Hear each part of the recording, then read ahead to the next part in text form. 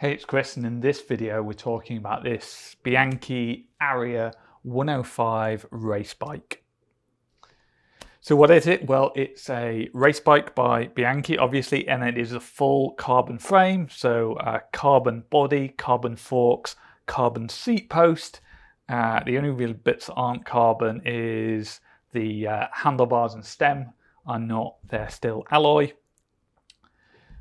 But a lot of carbon on this bike that makes it super light. Comes with compact handlebars, and I really like this seat post, which isn't a thing you would normally really like. Oh, I wonder if it has a really adjustable seat post, but it does. You can turn this whole, so the little grip that mounts on top of the seat post and attaches a saddle, you can turn the whole thing round. So by default, it's a bit back here. I was finding because I'm not super flexible, I needed a shorter reach, so I shortened my stem a bit and I turned the whole top of the seat post round so I could move my saddle further forward.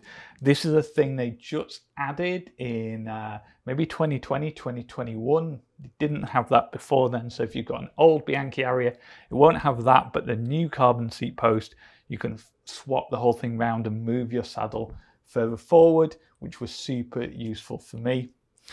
This one comes with a Shimano 105 group set. You can get better group sets. I went for the more affordable one, and it's been a very reliable group set. I'm pretty happy with it. It's also disc brakes.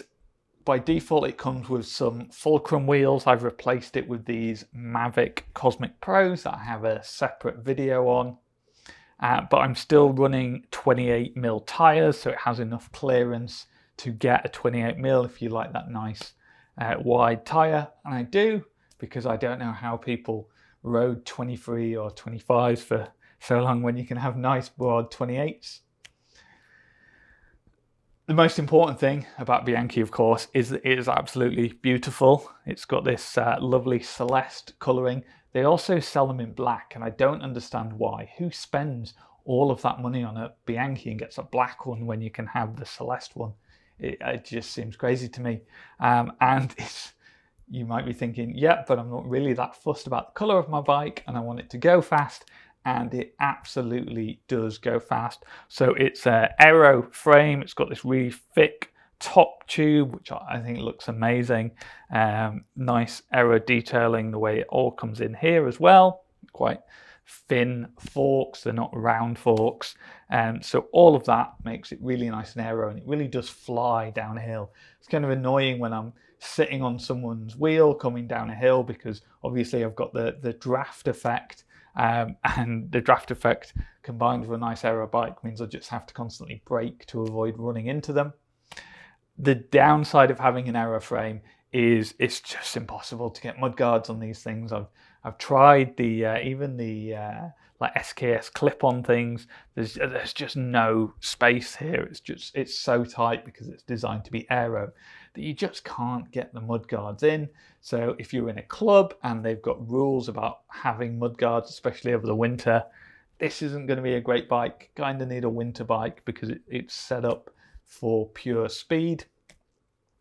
Another thing I find weird, so the seat post locking thing uses the wedge shape where it's got like 3 little wedges in here, and it gets quite stiff, and the only way to get it out is you loosen the screw and then you hit it with a hammer. And it's super scary because I've got this super expensive carbon frame and you've got to go and hit it with a hammer to loosen it. And my bike shop that I trust a lot assured me that that was the way to do it, and they're right, but it's pretty scary when you're there trying to get the seat post out with a hammer. Yeah, I'd take it to a bike shop and get them to show you. Don't listen to me on some videos like, yeah, just start hitting your bike with a hammer. Do not do that. But if you kind of know what you're doing, then go for it. The biggest, so a couple of little niggles, the biggest drawback I think of owning a Bianchi is they are so expensive. Like, you can literally get a bike for maybe even half the price with possibly, it's almost as light, possibly a better group set. You might even get Ultegra. not necessarily a carbon frame, but you are paying some amount of money for the name, and Bianchi being the oldest bike company in the world and having that, the colour and the reputation and everything that comes with owning a Bianchi, you are paying some money for that, for the name. And so if you're very comfortable with yourself and you're not drawn in by capitalism, then you're probably better going in and buying something like a Planet X or a Rose or something like that offers way better value. But if you're a sucker for a beautiful bike with a fancy name, then maybe you want to spend loads of extra money and get a Bianchi. And I am a sucker for capitalism and did buy it. And I don't regret my choice because it's such a beautiful bike. So to summarise, I love this bike. It's been really good to me. Happy with especially being able to get the adjustments, how fast it goes, and how beautiful it looks. But I will say that you are paying a large premium for that. It's not the case that you're paying all that money because you're just getting a bike that's like twice as good as other bikes. It is a really nice bike, but you are paying some of the money for the Bianchi name and colour, in my opinion. And it's only you can decide whether you want to spend that money or not.